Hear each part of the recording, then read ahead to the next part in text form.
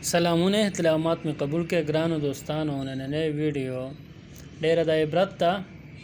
د هغه وخت چې کله یو نوې جوړه د نکاح په تړون کې رااله هغې څه وعدې کولې د هغې باره کې ده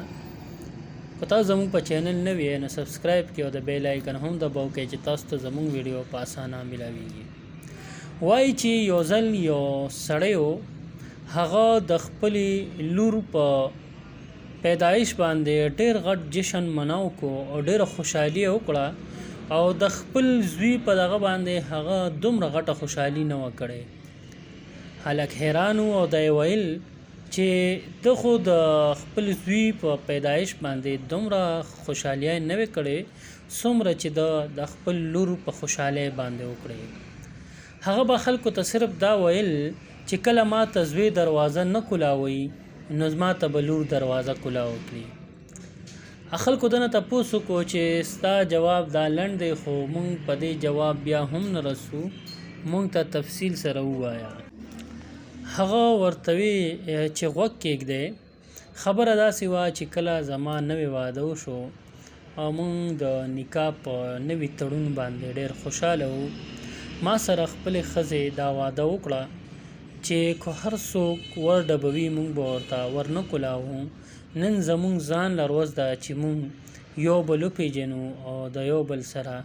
تر مرګه وعدې وکړو مونږ خپلې خبرې شروع کړې وې چې دې کې ور وډبېدو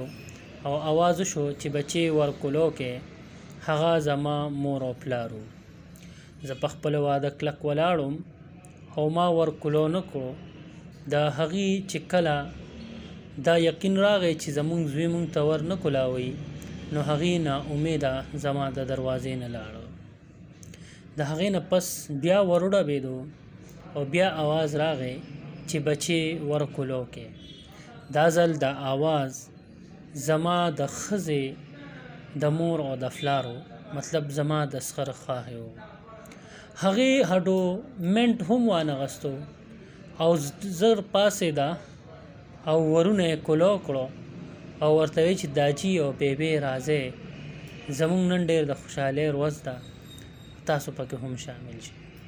هغې موږ ته یو څو نصیحتونه وکړو چې هغه زمونږ دپاره ډېر فایدهناک و خو زه په هغه شپې نه تر اوسه پورې شرمنده یم چې زوی ورکولو نه کو او لور مور او پلار ته ورکولو کو ځکه ما نن دا جشن وکړو چې که ما ته زوی ورکولو نه کي نو ما ته به لور ورکولو کي امید دی چې ویډیو به ستاسو خوښه وي ځکه چې لور رحمت دی زوی هم نعمت دی د دواړو قدر کول پکار دی خو لور ته په سپک نظر نه دي کتل پکار که ویډیو مو خوښه وي چینل سبسکرایب کړئ د بیل آیکن هم دباو کې مونږ ته اجازت راکړئ د لوی الله په امان